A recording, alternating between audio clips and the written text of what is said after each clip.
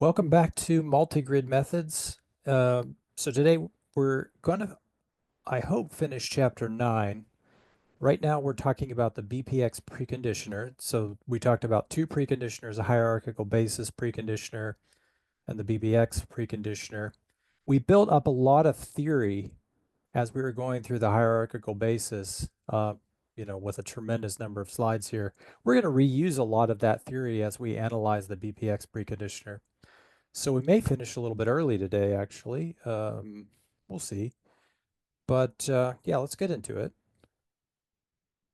So BPX Preconditioner is named after three people, Bramble, Pasiek, and Shu. Came about in the early 90s, I believe.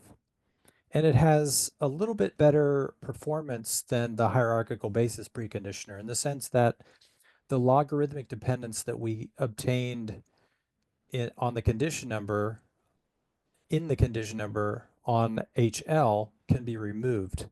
So that will give us a faster overall convergence. Remember, the idea that we're pursuing in this chapter and this chapter alone is that we're considering, as usual, the system AU equals F, but we're going to precondition this system with some preconditioning matrix B or C. Those are the two usual names for these for a general preconditioner. We multiply by this new matrix called the preconditioner to get a new coefficient matrix B times A. This matrix is no longer going to be even symmetric in the usual sense. However, it's going to be symmetric and positive definite with respect to the A inner product and the B inverse inner product. And so because it's symmetric and positive definite with respect to one of those inner products, that tells us the eigenvalues are positive, and it tells us also that we can define the condition number as being the ratio of the maximum and the minimum eigenvalues. So in this chapter, we're trying to get the condition number of this product matrix, this new preconditioned coefficient matrix, to be as small as possible. Now, the smallest a condition number can be is 1. If you take the ratio of the minimum and the maximum eigenvalues, then the smallest that can be is just equal to 1.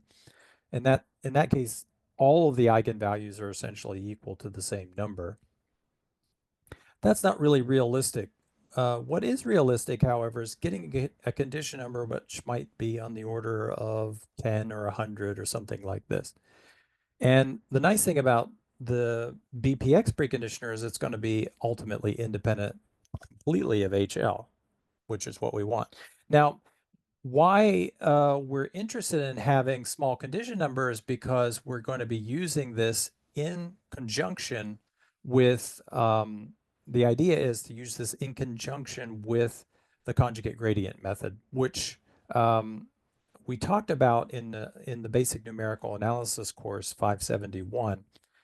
We gave all the theory, and in the textbook for that course, we talked about what it means for the condition number of the preconditioned system to be small, and how that improves the convergence rate of the preconditioned conjugate gradient method. So that's the idea. We want to use these preconditioners together with conjugate gradient method. Last time we got through this part of defining the BPX preconditioner, but I want to review it really quickly.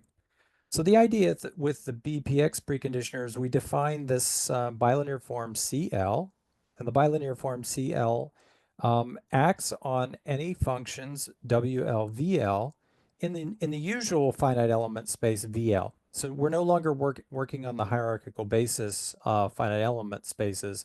We're working on the usual standard finite element spaces. So the way how this bilinear form is defined is when we act on WL and VL, basically we're just going to sum up their values at all of the interior nodes of the mesh. So you take all of, basically that's just the total degrees of freedom of WL and VL. We're going to multiply the values at the interior nodes, their degrees of freedoms, And then we're going to sum these values up, and this gives us a number. So this is indeed a bilinear form. It turns out that it's also kind of trivially a inner product. And that's because we're going to show that the matrix associated to this bilinear form is symmetric and positive definite, and actually kind of trivially so. So we're going to define a matrix for this guy using the Lagrange nodal basis. So the way we're going to define this matrix is you're going to input to find the element in the jth row and the kth column. You're going to input these two basis functions from the Lagrange nodal basis, psi lj, psi lk. Now, when you do that, you notice that you're multiplying these two functions together, and this product is going to be 0 if these two basis functions are not the same in this case. And they're going to be 1 whenever they are the same. And so what you get out when we input these two basis functions is delta jk. So essentially, this associated matrix, the matrix associated to this inner product, is just the identity matrix. Again, in this case, BL is our standard Lagrange nodal basis for the piecewise linear finite element space. You can define these things for more general spaces of finite elements. For example, we don't have to use piecewise linear. We could use piecewise quadratic finite elements, etc. We're using piecewise linear here for simplicity. But otherwise, this is just the standard Lagrange nodal basis. Now, previously we had been using superscript v. We can drop that because there's not going to be any confusion with the standard Lagrange nodal basis for the W spaces, the so-called hierarchical spaces.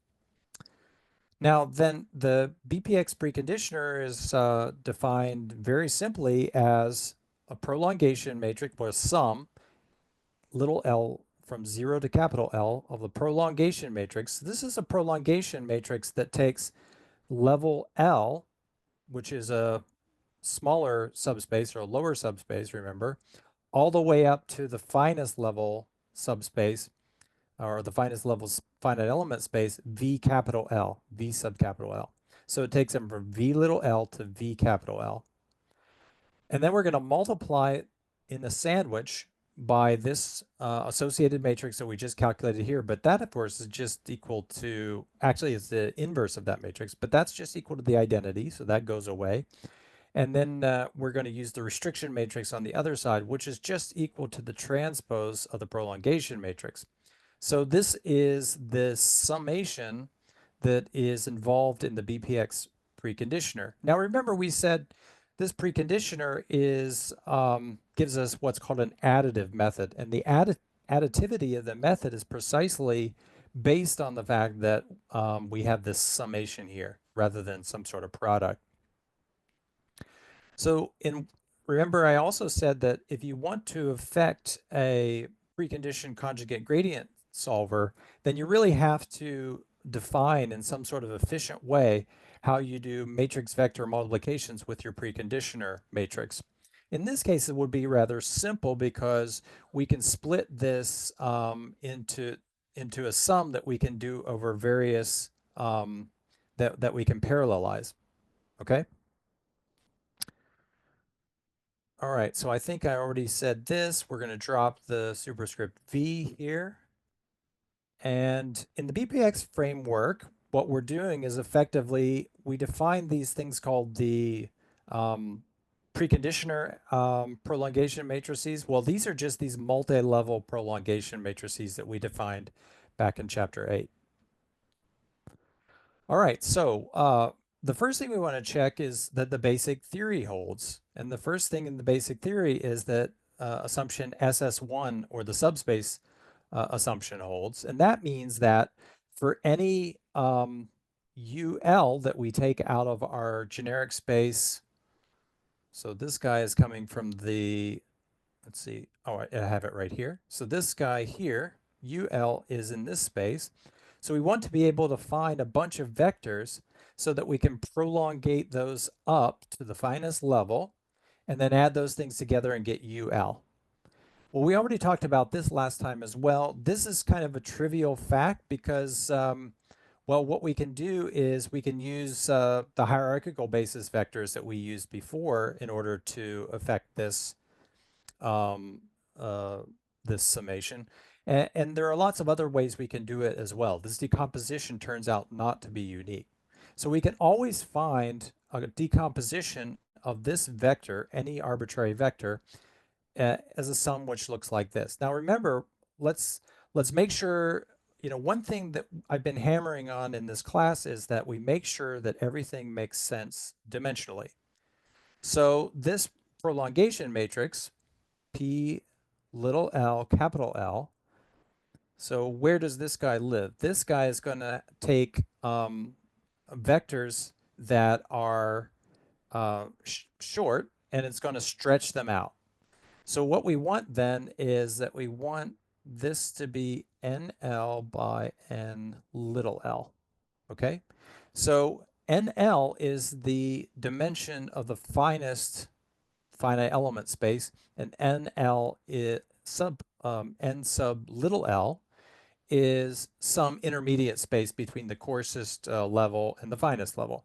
So this number here is a lot bigger normally than this number. Okay, so that means there are a lot more rows than there are columns of this vector. Okay, so this becomes a tall and thin matrix. Okay, so now these guys here are from this small space, and what we're going to do is stretch them out using this operation until they get into this space. Then we can add them all up together and we get U capital L. Okay, so that's how this, that's not proving that this decomposition exists, but it's just making sure that everything makes sense dimensionally. Okay, so we're not going to prove that, but as I said, there are many ways that I can affect this decomposition.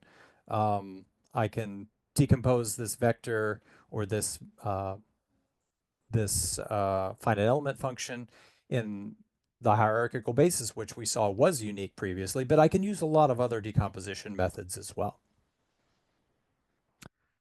The next thing we need to prove the convergence of this method is what's called a strengthened Cauchy-Schwarz inequality. So this was an estimate that we proved a while back, somewhere in this area, I suppose. So, well, actually, we proved a different kind of strengthened Cauchy-Schwarz. So I went back in the notes, and you'll see that I renamed these things strengthened Cauchy-Schwarz 1, 2, and 3. So this one is the third one, and it says that for any Vj in Vj and Vl in Vl, where L is larger than J, then we have this inequality holding. So normally if we were to apply a straightforward Cauchy-Schwarz inequality, then this would just be an L2 inner product of two gradients of these functions Vj and Vl. And so we would just get an L2 of Vj and an L2 of Vl over here.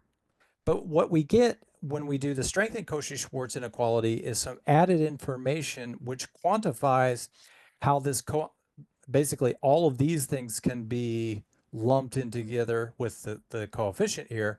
So this is a generalization of the Cauchy-Schwarz inequality, but it's strengthened because it gives you a lot more information. Okay, so it tells you how this constant is going to change whenever you're changing the levels of your mesh. Okay, so let's see. So I'm not going to prove this. It follows from an earlier result that we had using an inverse inequality, namely this guy. But again, we're just going to use this. So the first thing I want to prove is that that the lambda max for our preconditioned system is bounded above by a constant which is completely independent of L. So let's establish some constant C9. Of course, it has to be positive, that is completely independent of L. And we're going to prove a lower bound ultimately later for lambda min. And so, which is also going to be completely independent of L. If we could do this, then we can put these two results together and we could obtain the result that we want. All right, so I do want to go through this proof in a little bit of detail. So let's get started. So the first thing we're going to do is let U cap L be entirely arbitrary. Now, since we know that the subspace decomposition holds as property SS1, we can always find a collection of vectors VL in capital VL such that UL is equal to that sum. Now, this is the case in which we're doing this sum involving functions. So these functions are just coming from lower dimensional or coming from subspaces of our finite element spaces. But as they're functions, we can just add them together without any problem. Now, if I want to represent that in terms of coordinates, then the way this is represented in terms of coordinates is like this. Okay, so that's essentially both of these are equivalent to that statement SS1. But in this case, we have to pay attention to exactly where these coordinates are coming from. Now, this guy, UL, that's going to be the usual coordinate representation of this finite element function in the standard basis. And each one of these guys is going to be the coordinate vectors for our v sub little l's, again through the standard bases. Now, it's not necessarily the same basis because remember, each level has their own different basis. Well, what we can gather from, according to the notation that we developed in the very first part of this chapter, is that this collection of vectors is in what's called the Q class of UL. Okay, so these are not the same size. It's just some collection of different sizes that when I combine them together in this way, gives me back UL. So if we can find those objects, then we say that they're in the Q class of U. And again, this decomposition is not unique. I can find different ways of doing this. All right, so the first thing I want to do is I want to replace, in a calculation, I want to replace this inner product with another type of inner product. In fact, something which looks exactly like this. And so let's use that decomposition and all of the estimates that we've had up until this point and to get this estimate. All right, so the first thing we're going to do is replace UL and UL by their by that decomposition that we just got. So we can either use this in the function form or the vector form, whichever is most convenient for us. What I'm going to do first is I'm going to switch to the function form. So if I can write UL as a function form in terms of the sum of those V's, then I can rewrite this guy here as the A, or energy inner product, of a sum of this double sum, L equals 0 to capital L and J equals 0 to capital L, A VJ VL. See, these two things are precisely equal to each other, which isn't hard to show, but we'll skip that detail. And now these objects in here, let's go back and look and see what those are. Those are exactly these objects here. Okay, so that's what's involved in this this A inner product, or this A energy form. Okay, right there, that's precisely can be written like that. So now each one of these guys, for each J and L, we can replace these by these numbers here in the strengthening Cauchy-Schwarz inequality. Again, remember, in the usual Cauchy-Schwarz, you're just going to have, I misspoke before. I said this is these parts are the usual Cauchy-Schwarz. Actually, the usual Cauchy-Schwarz would have gradients in here, gradient here and gradient here. So this is a couple of manipulations away from the standard Cauchy-Schwarz. In fact, the reason why I have these HJs in the denominator here is because I'm removing this gradient out of here. But that's going a little further than what I wanted to go. In any case, we have this object and we're going to replace it with these objects. So that's what I'm doing here with this. So that's 23 is that strength and Cauchy-Schwarz inequality number 3 goes in there. And now I'm going to gather some things together and rewrite things in kind of non-standard way. So I can view this as an inner product of two objects, this whole thing. So how can I do that? Well, the first object here, I'm going to gather all that stuff, and I'm just going to call that a vector. And this vector is going to have components little l equals 0 up to capital L. Now, this is going to be my separate vector. Actually, this one's going to be, yeah, that's right. That's a vector having components L equals 0 to capital L, and so is this one.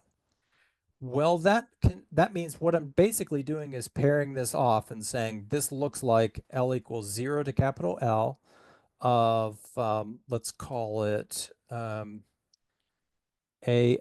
and BL. Okay, two vectors. Well, we know from the standard Cauchy-Schwarz inequality that this is going to be less than the square root L equals 0 to capital L AL squared sum L equals 0 to capital L BL squared. Okay, that's our standard Cauchy-Schwarz, and that's exactly what I'm doing here. Okay, so this is just a perfectly standard Cauchy-Schwarz. There is the vectors AL, or the components of AL, and here are the components of BL, okay, in here. And of course, I have to square those. So that's where the square comes from. And the components of AL are getting squared here. So this is just a standard application of Cauchy-Schwarz. The only difference here is that now when I unpack this guy, this definitely is the components of a vector, which depends on L through this this L here. This is like what is called a discrete convolution. So in 20, we proved an estimate involving, or I stated an estimate involving a discrete convolution, which I now want to use. So let me just blink back to 20 very quickly. So this is this discrete convolution thing here. And so the object that I want to apply my estimate to is basically this guy here. Now, the reason why this is written with minus infinity to infinity is just to make things actually simpler, even though you'd think that going from minus infinity to infinity makes things a lot more complicated. Well, a discrete convolution usually is written in that way, going with a domain from minus infinity to infinity. The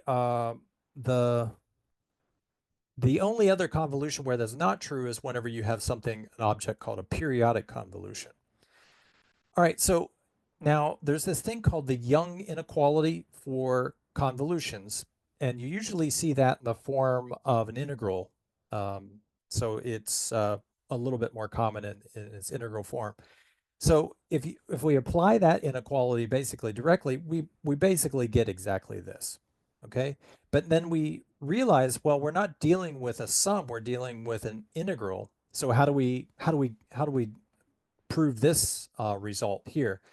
I'm sort of kicking around the idea of having you guys just check this result, and so maybe you'll come back to it. I don't know, but basically, it's not hard to translate the proof that is given for integrals into a proof which is given for sums. And so we can get this discrete convolution inequality. That's about all I want to say about it right now. So what I want to do is apply this thing 20, and it gets applied right here. I have a quick question. Go ahead. So it's not totally related to multigrid, but if you look at the discrete convolution inequality, Okay. like the one page before. Okay. Yeah. So my question is, so in general, like we know convolution in like any measure space, right? Like it's essentially the integral with respect to the measure, whatever.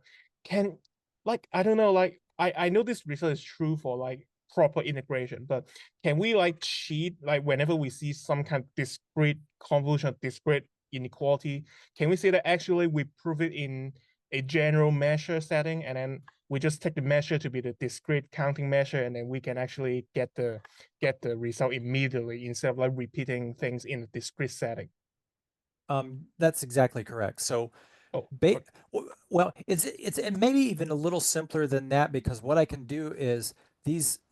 So if I prove the discrete convolution result, or if I know I have the continuous version. So what would the continuous version look like? It would be something like this, right? Dx, right? And so I want to show that it's less than blah, blah, blah. So the one way I could do this is just say, okay, well, f and g have to be L1 functions. They have to be integrable. It turns out in this case, they're going to be positive functions, essentially. But what I can just say is instead of being continuous functions, which are integrable from minus infinity to infinity and positive, so what might that look like? That might look something like, something like that, right? So instead of thinking about them as smooth functions, I can just think about them as step functions, right? And so uh, I think your idea of using counting measures are fine as well. But basically, I can immediately turn these functions. I can just say, okay, I'm going to think about these functions instead of just having smooth values. They're just, they're step functions. And if you do that, then this just becomes the integral, right? As does that. And so I can immediately translate those into integrals. So I think that's an even easier version, yeah, right? an easier argument because recently, like I do medical mathematical imaging before, and like for example, we need to calculate the discrete Fourier transform and then like show the Right. property of like rotational invariant or whatever. Like those like discrete calculation is also very painful, but in integral world it's like easier to do. I'm just Oh like yeah, we it's a can steal the lot. same idea.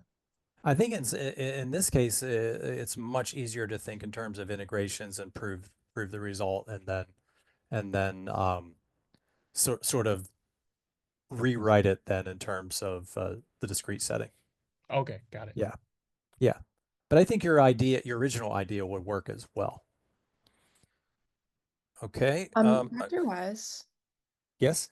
in the textbook, maybe you updated it, but I just downloaded it yesterday. This lemma says S1 squared S2, but here you have S1 S2 squared.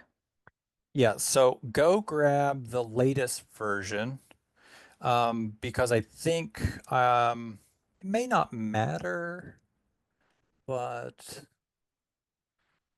I think maybe it does matter. I don't know. But so I had it wrong. I had a squared here and it should be over here definitely. Okay, thank you. And I just did update the book 10 minutes before class, and that one should have S2 squared.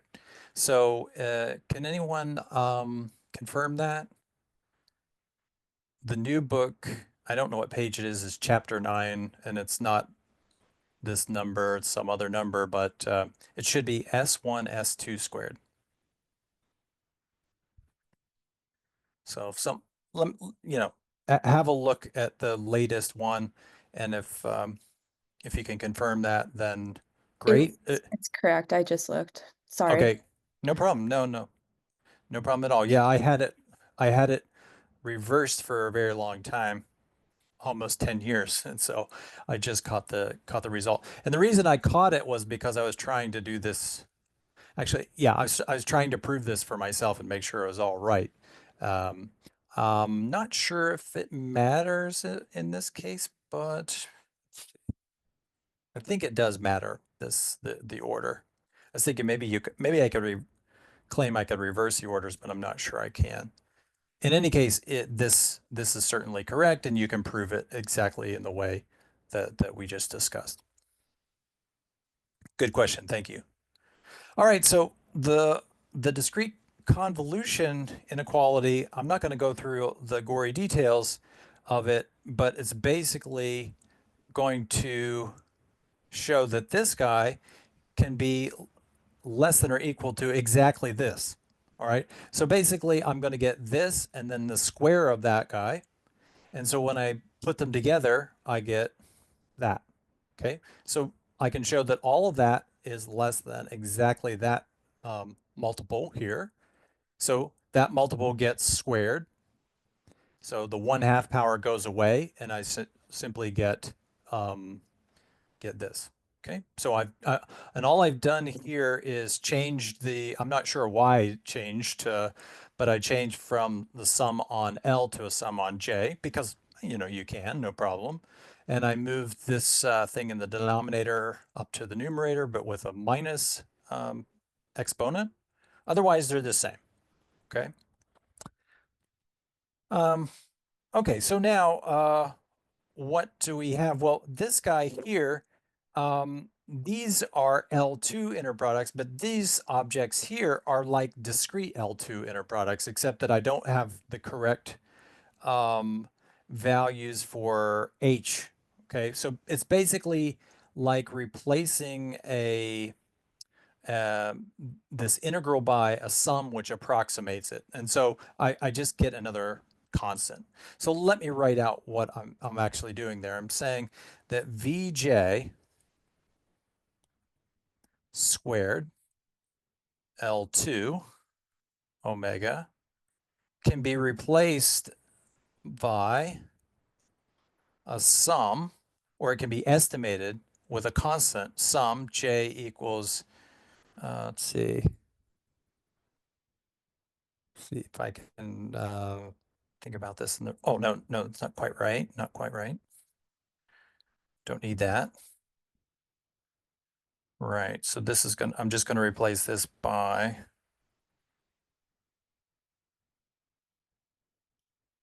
okay, and J.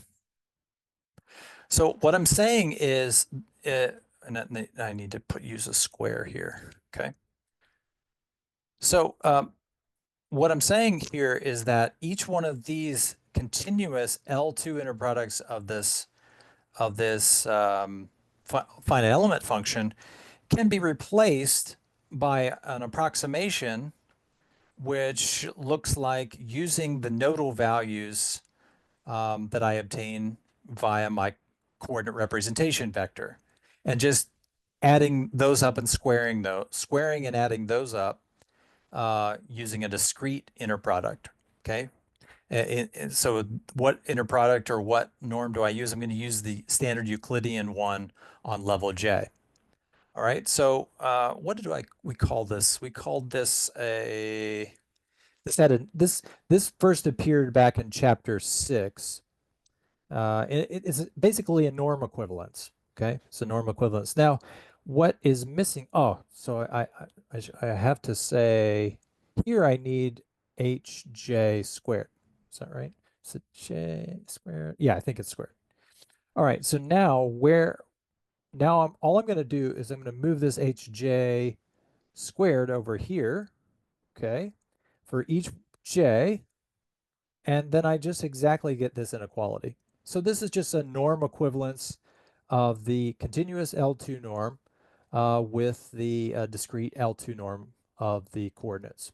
Okay, so this appeared in chapter 6, and I forget exactly what it was called back then, but that's what we're using. Okay, so the technology that we're using is SS1, strengthened Cauchy-Schwarz, and then we're using the discrete convolution estimate, and then finally a norm equivalence estimate. So that's the process. And notice what I've done is I've replaced this inner product, or this is actually an inner product with the same object with itself, right? So this is a norm squared with this object down here, which looks a lot similar. Now remember, don't be fooled. These CJs here are just identity matrices. So I could pull, so, you know, these don't change anything at all. That's why I'm basically using the regular Euclidean L2 norm. Here, it's the same, okay? Now, I want to use a weird estimate that we proved way back in the first set of slides from chapter 9, and that is that I can replace the calculation of the maximum eigenvalue with this really weird maximization. So basically, this is just what we called a modified Rayleigh quotient. Okay, it's a modified Rayleigh quotient calculation. So I have to do two really strange things to do that. Okay, so forget about this thing for first. Okay, so something else was appearing down here in the basement, and we ultimately replaced that when we proved this back in was it 15? Yeah, it was 15. Yeah, well, let me, now I don't want to go back because it doesn't involve a proof, so we won't do that. But in any case, I have to take a maximum over these coordinate vectors UL in this space. The star means, now you can't use 0, okay? So any vector from R and L except for the 0 vector can't be used. Okay, and then we replaced the inner product that was in the basement. We replaced that with, or in the denominator, with this updated inner product. And this guy involved taking a min from the Q class of UL. Okay, so there's an outer maximum, and then there's an inner minimum. So that's kind of like a mini max or a maxi min. I don't know what you would call it. But now let's think about what we just did in the previous calculation. We replaced this with something which was larger than it, involving exactly the same type of sum down here. All right, so I just showed that for any VL in the Q class of UL, that I can replace this object with something which is larger, namely this sum. That's what we just proved here. Okay, we just did that replacement. Okay, that's exactly what we're doing now. Okay, replacing this object with that. Okay, so that's where that inequality comes from. Now, all we have to do here is just take the same values for WL or VL. We just need to make WL and VL be the same. And the question is, can we do that? Well, this held for any U, or sorry, for any VL in the Q class of U that I wanted to extract, right? Any one of those ones in the Q class I can use. So pick whichever ones you want to use. You get perhaps different elements in the same Q class, right? But now this minimum is affected with a very particular W in the Q class. The reason why I can write it as a min rather than an infimum is because there is a minimizer. There's an actual set of vectors WL in the Q class, which gives or yields that minimum. So all I have to do then is replace these VLs on top with those vectors WL that give rise to that minimum. Okay? And if I do that, then you'll notice then this min goes away because I'm using the vectors which give the min. And on top, I have the same one, so I can just cancel them both out. Okay. Now they don't exactly cancel out because there's an extra constant which lives in the top. And whatever that constant is, that's going to become my C9. So that's how we prove the upper bound for the maximum eigenvalue for the preconditioned system. So again, if we're reviewing what techniques we used, we had SS1. So we established that condition SS1 holds that the preconditioner is given to us by a bona fide subspace decomposition. Then we use strengthened Cauchy-Schwarz inequality, then Cauchy-Schwarz, then we use the discrete convolution, then we use a norm equivalence, which I hope I explained well enough there. And then finally, we use this modified Rayleigh quotient to calculate our maximum eigenvalue. We use the estimate that we obtained on the previous page to replace the denominator or the numerator. And then we argue that the denominator is obtained by some minimum. Okay, there's some WL set in the Q class which obtains the minimum, so we can use that in the top and the bottom simultaneously. And then we don't have to take a max because we're just maxing over a constant, namely C9, we get the result.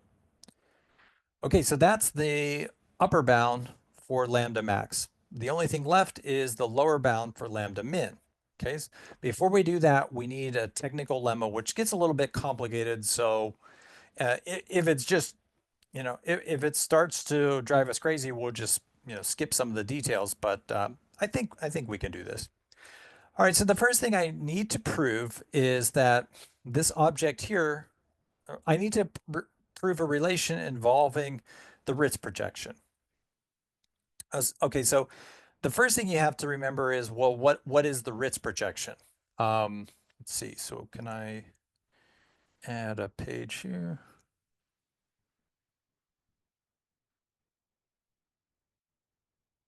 Go. All right, so what is the Ritz projection? So remember we have this finite element type of methodology lying around for us. So suppose you give me a U in H01 omega. Omega is nice enough that I can put a mesh on, so it's like a square or something like that. I'm going to define this object. And recall, we also have these finite element spaces lying about, right? So VL is the set of all V's in SL such that V, when I restrict it to the boundary, is precisely equal to 0.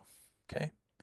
So they're piecewise finite elements such that when they're restricted to the boundary, they're 0. Now these are the finite element spaces defined through the triangulations that we have usually. All right, so now what I want to do is compute an approximation for this U in a certain way. So the approximation that I'm going to compute is going to be defined through the usual finite element way. So first of all, I'm going to call it something, and then I'm going to change its name. Okay, so first of all, I'm going to call it UL, and it's going to satisfy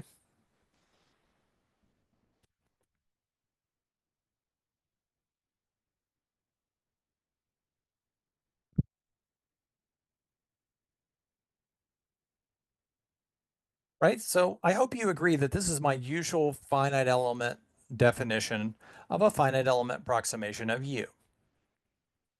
All right, but now I want to call that guy, I want to give it a special name.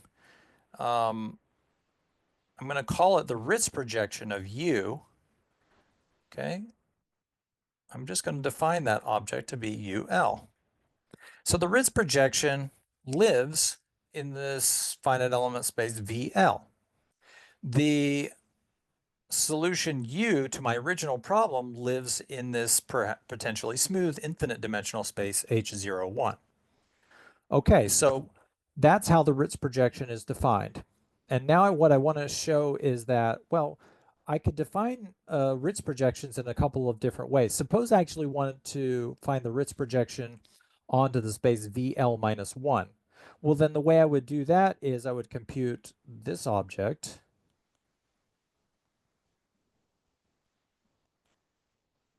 That's an L2 inner product.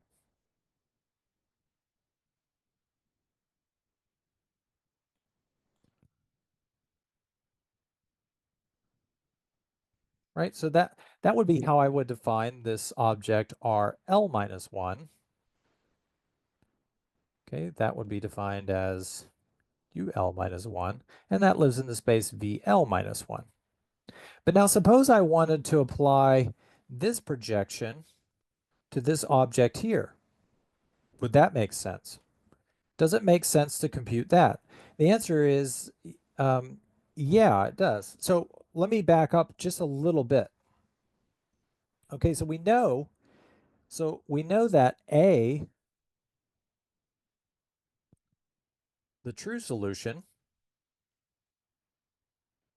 satisfies this problem.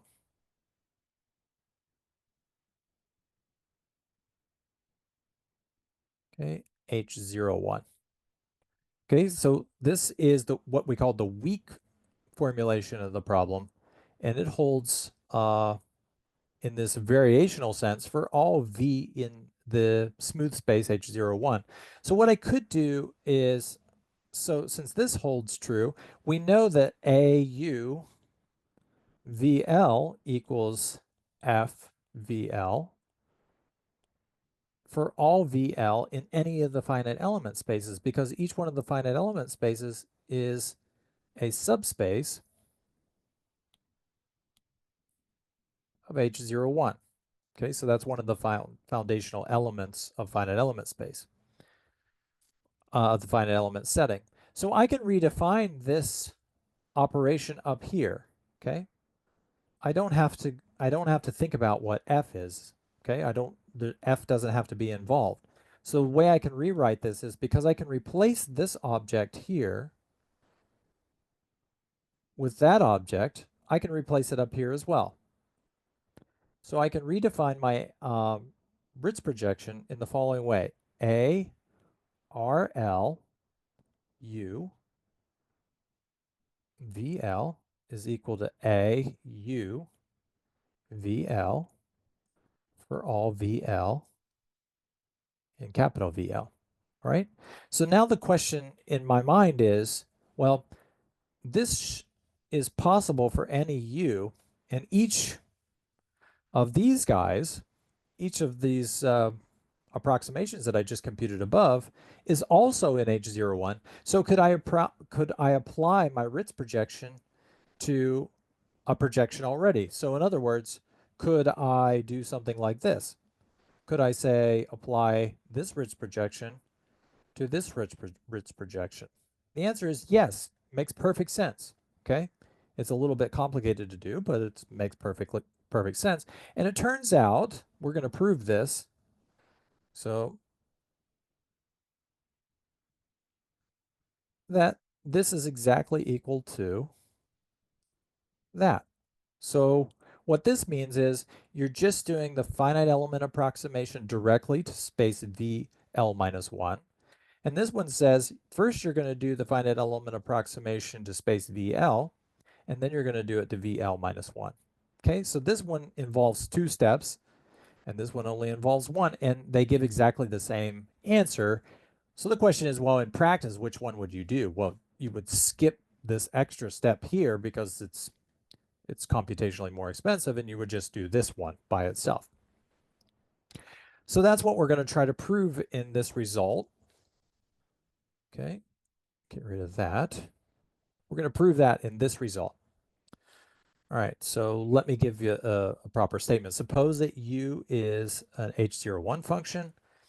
Then for any L, little l between 1 and capital L, RL minus 1U is equal to RL minus 1 RLU. So this one you do the Ritz projection down to level L first, and then you do the Ritz projection down to level L minus 1. And that's just saying you're wasting your time by doing this one. You could just do this one directly, okay, because they're the same. And so in other words, since this U is arbitrary from that space, that just means that this operator RL minus 1 is equal to RL minus 1 product RL, okay? And all that makes perfect sense. So so now I'm just going to use some of the facts that I had just stated, like in the definition. First thing is, how would I define this action to begin with right here? Well, I would define it as just like that, right? So whatever object I'm acting on, that's going to be what I consider my exact solution. And so I'm going to put that here. And that's what went there in the definition. All right. And now, since I'm using or projecting down to the space L minus 1, I have to use these functions, WL minus 1 from VL minus 1. Now, VL minus 1 is a proper subspace of VL. It's a vector subspace, proper vector subspace of VL. Right? So now this guy here, normally A RLU, that would be defined via this definition. For all WL in WL, sorry, VL. But now, since VL minus 1 is a vector subspace of VL, I could replace these test functions with test functions from a coarser space. And that's all I've done here. Okay, I've just replaced all of those test functions with test functions from the coarser space.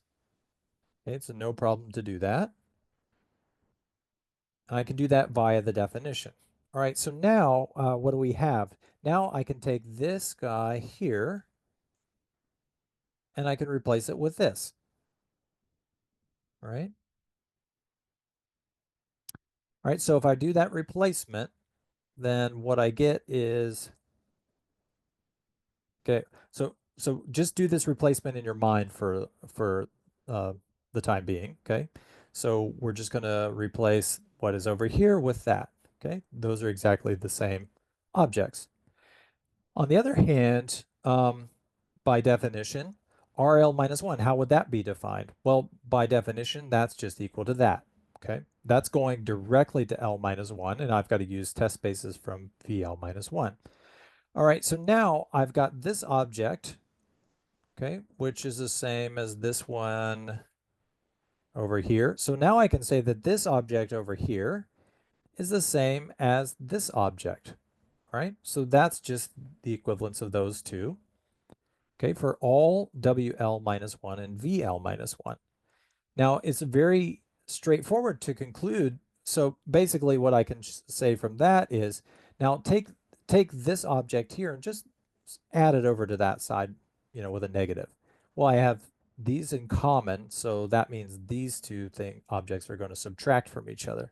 So what I get is A RL minus 1 RLU minus RL minus 1U, okay, comma, WL minus 1 equals 0 for all WL minus 1, okay, in VL minus 1. Okay, so this is an inner product on that space. So that means that object, whatever vector or whatever function appears over there, has to be the 0 function. That's the only way that this can be satisfied if this is truly an inner product. And so that shows that those two objects are the same. And that from that we can just conclude that the two operators are the same. That RL minus 1 is RL minus 1 times RL. Okay? Okay, so that's the first technical lemma we need. And we're going to need some other technical lemmas, but we've already proven those previously, so we're just going to use them as we need them. Okay. All right. First, let's state the result that we want to show. We want to find a constant C10 that is independent of L, such that lambda min of the preconditioned system is greater than C10. So remember, we already know that the eigenvalues of this preconditioned system are positive numbers. And the reason we know that is because this is an SPD matrix, and that's an SPD matrix in the usual Euclidean sense. And so when I multiply two SPD matrices together, the product turns out to be symmetric, positive, definite, not in the Euclidean sense, but within a modified sense, with respect to some other inner product. But that's all we need to show that the eigenvalues are all positive. And there's an orthonormal basis of eigenvectors in the new inner product space, and so on and so forth. I made this correction in the notes, and I hope that you guys can see that, those of you who have the notes, but I forgot to make it here. So I knew I'd find at least one typo in this. And that's a typo that I missed from last time. So let's show that the lambda min is truly bounded below by this C10. How are we going to do this? Again, we're going to start out and let UL be entirely arbitrary from VL. And what I'm going to do is define VL to be the difference between the Ritz projection of UL to space VL minus the Ritz projection to the coarse space, the next coarser space, VL minus 1. Well, the first question in my mind is everything here well defined? And the answer is yes, there's no problem there. That's because when I project down to the next coarser space, because of subspace containment, I can still add or subtract those two functions and they'll be in the space of the larger subspace, and that's going to be VL. The only question I have is, well, what if I go all the way down to little l equals 0? Will this thing still be defined? Because it's on from face value, it's not quite well defined, right? Because that's going to be R0 and that's going to be R minus 1. What the heck is that? Well, I'm going to define R minus 1 to just be equal to 0. So then that means that V0 is just equal to R0 UL. Okay, no problem there. All right. And what about RLUL? That's just going to be UL itself. Why is that so? So this is this UL, remember, UL is going to be arbitrarily taken from this space, but this is a vector subspace of this infinite dimensional space H01. And I can define a Ritz projection for any such functions. However, this function already happens to be in a finite element space. So what happens when I take my Ritz projection and project a function that's already in that space to a function in that space? Well, it's a projection in the truest sense, meaning that if I project something that's already in the space, I just get the same function, okay? And if I apply the projection twice, I get the same result. So, that's the definition of a true projection. The Ritz projection is a projection operation. All right, so that's why R cap L on U cap L is equal to U cap L, full stop. All right, now it follows that just through telescoping, you can see that the full thing telescopes when I add all these V's together, that UL is just going to be equal to the sum L equals 0 to capital L of the VLs. It's just a simple telescoping argument. Now let VL vector be the coordinate vector representation through the bases B little l of each one of these V little l's, okay? I can always do that, right? And that means that when I do a sum like that, it can be immediately translated into a sum like that. So, by the way, this gives you another indication that SS1 holds. This is another way to show SS1. So this is, there's lots of ways I can do this decomposition like that, and I've just shown another one here, okay, using Ritz projection. Okay, so I immediately have UL is equal to that sum. Great. So that means I've just constructed in a very particular way. If you give me a UL, I'm going to give you a set of vectors in the Q Q class of UL. Okay, so basically, I've just shown you a way of generating VL that is a collection which is in the Q class of UL. And the way I did this was by the technology of the Ritz projection. Okay, so now why is this true? A, Vj, Vl for this particular set of functions is going to be equal to 0. So these are kind of like pairwise orthogonal to each other, as long as J and L are not equal to each other. So let's see if we can figure out why this is true.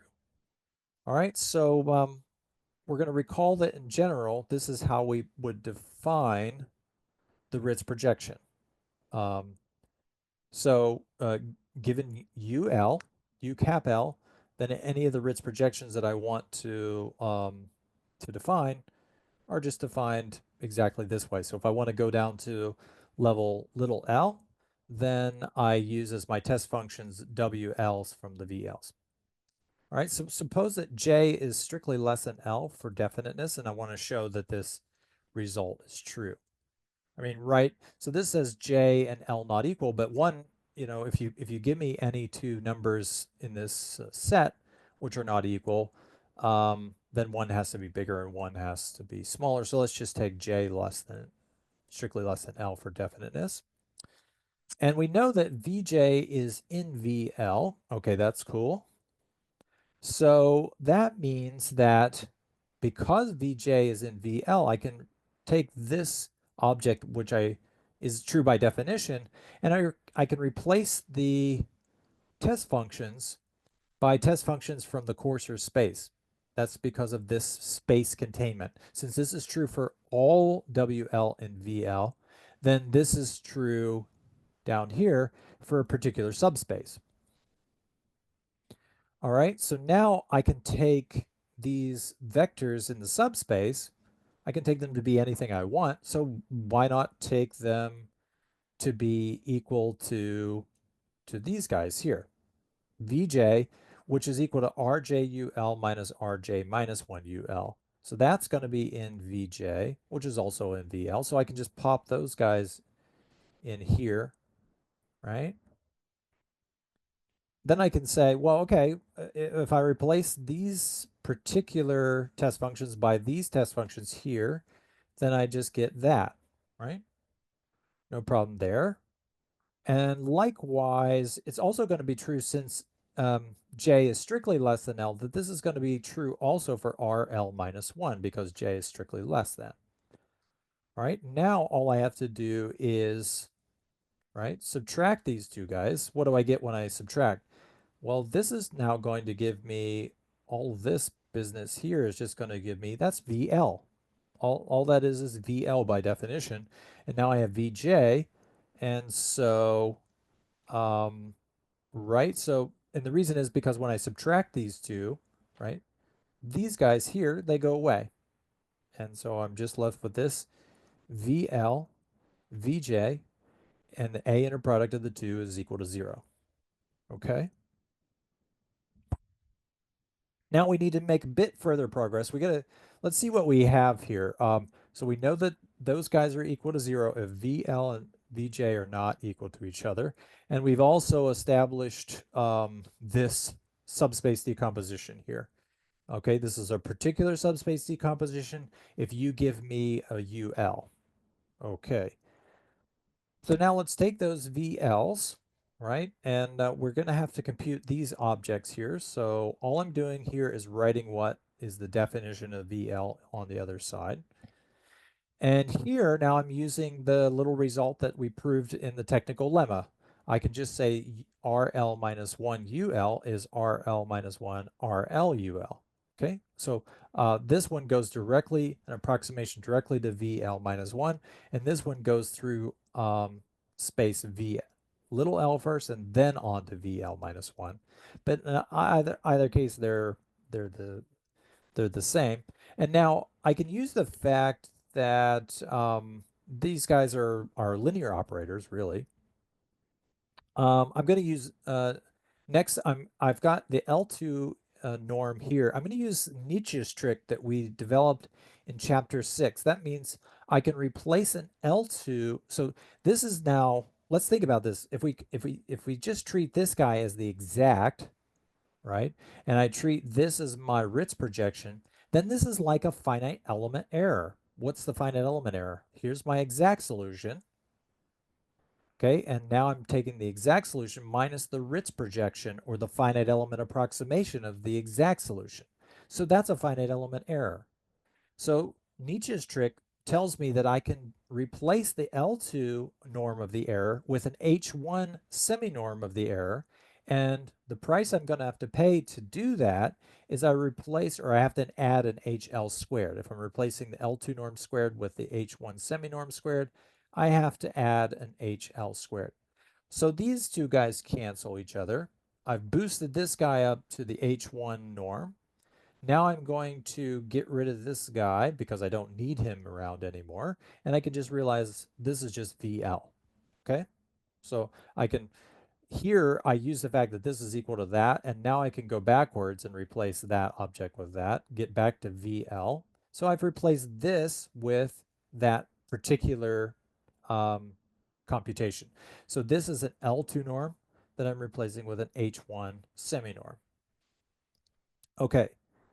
So, and I just want to point out this holds for any L which is between 1 and capital L, but it also holds trivially for L equals 0. You can check that. All right, now let's look at an object which looks like this. Ultimately, I'm going to need an object which looks like that. And so what I'm going to do to get this is we're going to apply the same chapter 6 norm equivalence that we had or used before. So this is norm equivalence. I can't spell equivalence, can I?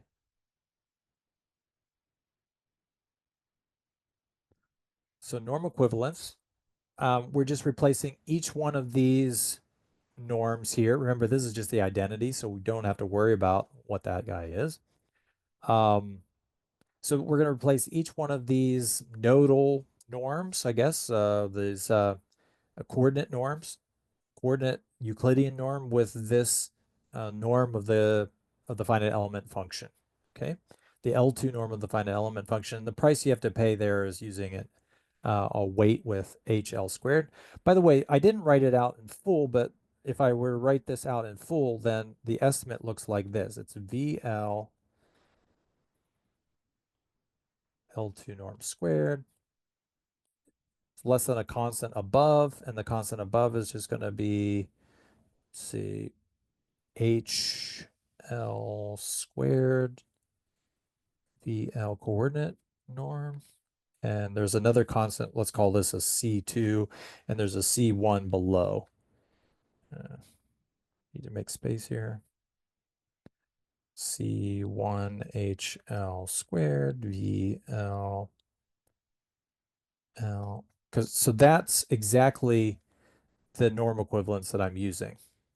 Okay, so that we proved in chapter 6. So that's what we're using here. And now we're going to replace that for each guy in the sum. So for each one in the sum, and we're using the upper bound, and the upper bound is going to involve this guy here. So I guess this constant here is just going to be 1 over C1. So you use that there. The next thing we're going to use is what's called, oh no, it's not. I was going to say it's called an inverse inequality. It's not. It's going to be that 26 inequality that we just proved. Okay. This inequality here. That's 26. So we're applying that there. And then what's going on here? So then we're going to apply 25. 25 says that these guys here are equal to 0. So how does that give me 25? Well, what I do here is if I want to show that this object equals that object, what I can do is simply, let's just look at this. So this guy here, UL, I only need to look at this object. That's equal to A UL, which is equal to A sum little l equals 0 to capital L VL sum. You have to use a different summation index here. VJ. All right, and then I can, of course, I'm going to get a double sum here, right? But the nice thing is because of 25, anything which is off of the diagonal summation indices is just equal to 0. So I only get the diagonal summations. Okay, so that shows that this object equals that. That's just the diagonal summation. So off diagonals, that would be L and J not equal to each other are just going to be orthogonal in the A inner product. They cancel each other. They just give 0. So that's why this object here is just equal exactly to that object. Okay, so now we've obtain something which looks like that. That appears, these objects here appear in my new Rayleigh quotient, and I can replace those in an upper bound with objects which look like that. So I think that's the next step, right? So here's my Rayleigh quotient. Now we're taking the min. These W have to be in the Q class down here. So we need to look for ways of replacing objects that look like that. So down here, okay, each one of these guys is, what did we say? Each one of those guys is less than objects which look like that. So if you take reciprocal, then I can replace this with, so 1 over that is bigger than 1 over this object here. Here, I'm not sure exactly why I did this replacement here, but it doesn't really matter. This object right there is exactly equal to this one here. Those are exactly the same. I can write this in 10 different ways. One of the ways I can write it is as this. I can say that this is equal to UL in the A inner product, that top object. And then it's not hard to see that the denominator is exactly the same apart from this constant here. So now, because I could replace each one of these guys with these objects which are bigger, I get rid of this guy, and now I have the same thing here as I have here. They can cancel each other, and now I have a min over a bunch of constants, 1 over that constant, and that constant, whatever it is, I can just call that C10. And so that gives me the lower bound. Now all I have to do is put everything together. I've proved that I have C9 as an upper bound for lambda max, and C10 is a lower bound for lambda min. So if I take the reciprocals, 1 over lambda min is less than 1 over C10. So now I have an upper bound for lambda max and an upper bound for 1 over lambda min. That's just going to give me C9 over C10. So the theorem just follows from the 2 previous lemmas. And that's it. So that is chapter 9.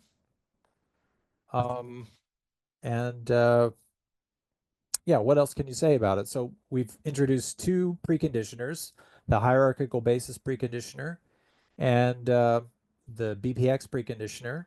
We haven't addressed implementation issues, though we might add a few words to that in a later version of the manuscript. But we're not going to discuss that in class. The key takeaways here is that this is somehow similar because there's this hierarchy of meshes that we're interested in, right? So we borrowed all of that information from the multigrid setting. So that we borrowed the hierarchy of multigrid meshes.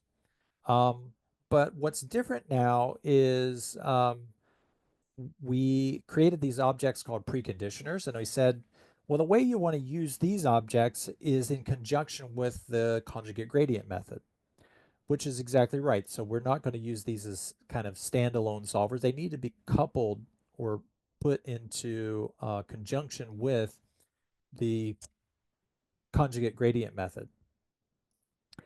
We showed that the hierarchical basis preconditioner was not quite as efficient or has this problem where when we calculate the condition number or the upper bound of the condition number there, we have a logarithmic dependence on HL. Whereas with this new BPX preconditioner, the latest preconditioner, not necessarily new, doesn't need that or doesn't have that logarithmic dependence anymore. So in that sense, this BPX preconditioner should behave or give more rapid convergence. Now the question is, which implementation is actually going to be more efficient in code? That I don't know the answer to because I've not personally coded these things up. I'm not going to ask you guys to do that either. So it's not something that we're going to investigate here. It's maybe something that I'm going to have a look at on my own because I'm curious about the answer to that question. Which one of these preconditioners actually gives rise to the most efficient implementation? It could be actually the hierarchical basis preconditioner because it may be that one, even though its condition number may be dependent on HL, might actually be cheaper, more efficient to implement than the BPX? I don't really know. I was conjecturing, you know, during one of the previous lectures about which one might be faster, but to be honest, I really don't know. It's something that I might explore in the future. But in any case, I'm going to stop the lecture there, and I can take any questions. We're done with chapter 9, and so you can turn your cameras on.